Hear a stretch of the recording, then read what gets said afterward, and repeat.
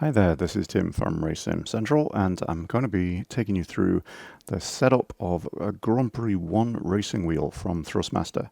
I believe this is from 1996. It's got a picture of IndyCar Racing 2 on the outside, and pretty much state of the art for the time. It had analog paddles for throttle and brake that I'll show you, and most of this one, because this was an earlier model, it actually had a technical fault with it, and they had been reopened and then resealed by Thrustmaster to put in an extra part that I'll show you. But this is still the first time that this specific one has been unboxed since Thrustmaster last had their hands on it. And it's a game port version, as you can see. There's no USB here. So it would plug usually directly into your sound card, which most of them had a game port on it at this point. Just getting everything out of the box here.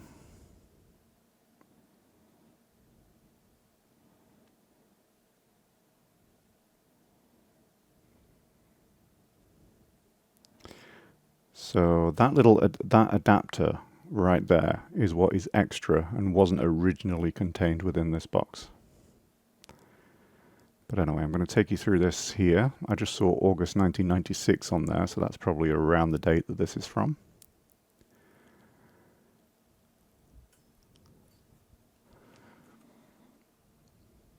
It takes you through setup, which with Windows 95, Windows 98, it was just as simple as plugging it into a game port and asking Windows to detect any new hardware, and it would just work. If you want to pause, you can read any of the text. Try to point out anything that actually seems interesting.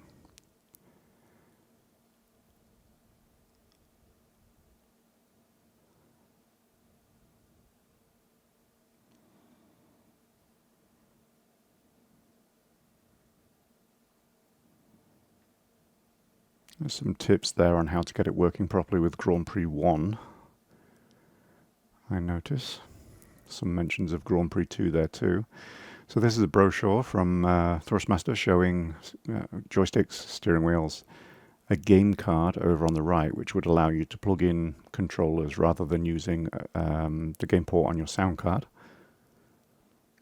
This registration card, probably a little bit out of date now.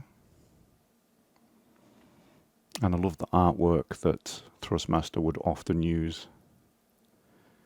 The little illustrations.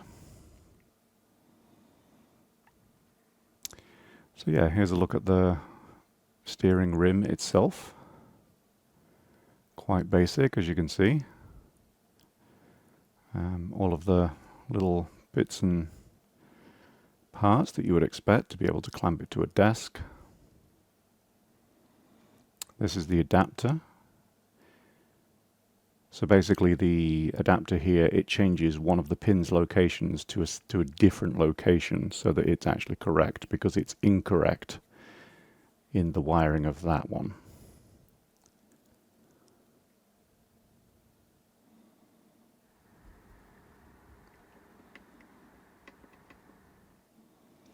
So as you can see, buttons on the steering wheel, buttons on the base, analog paddles, so it's the paddles that you would actually use for throttle and brake.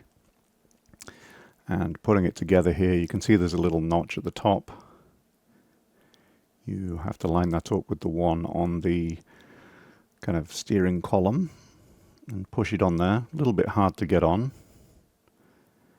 And then you flip it over and put a screw in to basically hold the steering wheel shaft onto the steering wheel rim.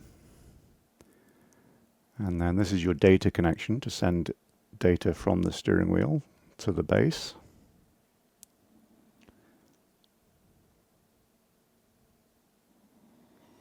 And there we go, it's essentially fully assembled. You've got your two buttons, your two analog paddles, two buttons on the base. That's your data. This sends data to the computer, obviously, with the adapter in this case.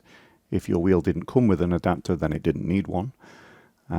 There's a couple of rubber paddles or rubber suction cups to go on the bottom. These are pretty hard to get in. It could be because of how old it is though. And then the actual brackets here, they have little plastic washers.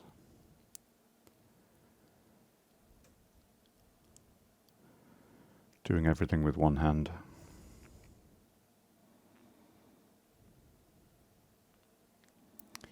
So the bolts go through there and into the base of the steering wheel. And then I'll kind of put my camera where the desk is going to be. Kind of the desk would go between the suction cup and the bracket, so it would be held together there. And there we go, you just plug it in. I'm using an extension cable and it's simple as that, it'll just work.